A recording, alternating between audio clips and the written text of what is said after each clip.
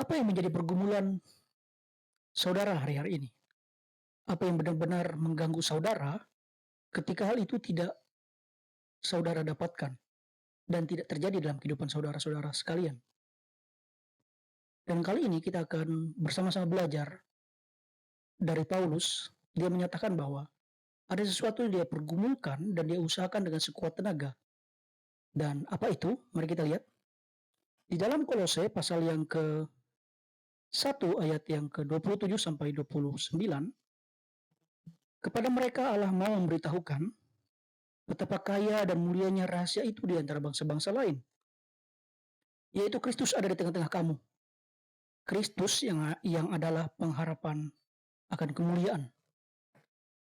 Rahasia yang ada di dalam perjanjian lama tentang seorang Mesias yang akan hadir, seorang raja yang kerajaannya tidak akan pernah hancur, seorang tunas Daud, seorang singa dari Yehuda, dia adalah Kristus.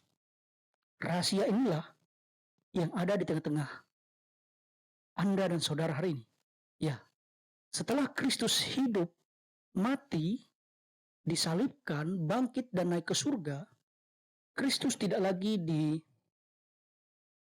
dibatasi oleh ruang dan waktu.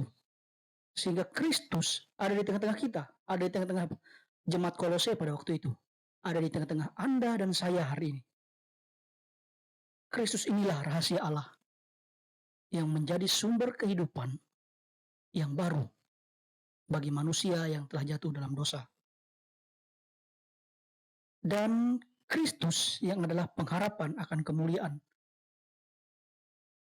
Sejak dalam kandungan, saudara dan saya adalah orang berdosa, seorang manusia yang telah kehilangan kemuliaan Allah, dan upah dosa adalah maut.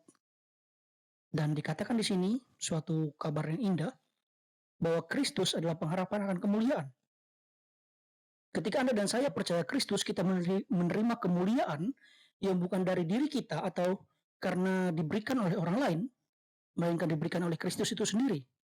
Identitas kita diubah dari yang hamba dosa, budak dosa, menjadi hamba Allah dan menjadi hamba Kristus. Selanjutnya, di ayat 28 kita akan masuk ke dalam pergumulan Paulus yang saya katakan di awal tadi. Dialah yang kami beritakan apabila tiap-tiap orang kami nasihati dan tiap-tiap orang kami ajari dalam segala hikmat untuk memimpin tiap-tiap orang kepada kesempurnaan dalam Kristus. Setelah Anda dan saya percaya Kristus, yang menjadi tujuan hidup kita adalah menjadi serupa dengan Kristus. Dan dalam keserupaan dan perjalanan hidup kita untuk menjadi serupa dengan Kristus, baiklah kita sama seperti Paulus menggumulkan hal yang sama, yaitu memberitakan Kristus.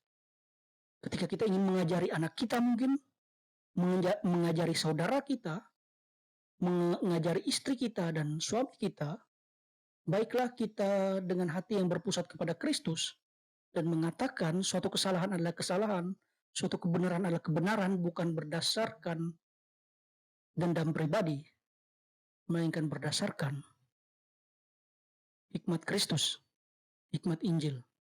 Tujuan kita agar seseorang itu berbalik dari dosa dan kembali kepada Kristus.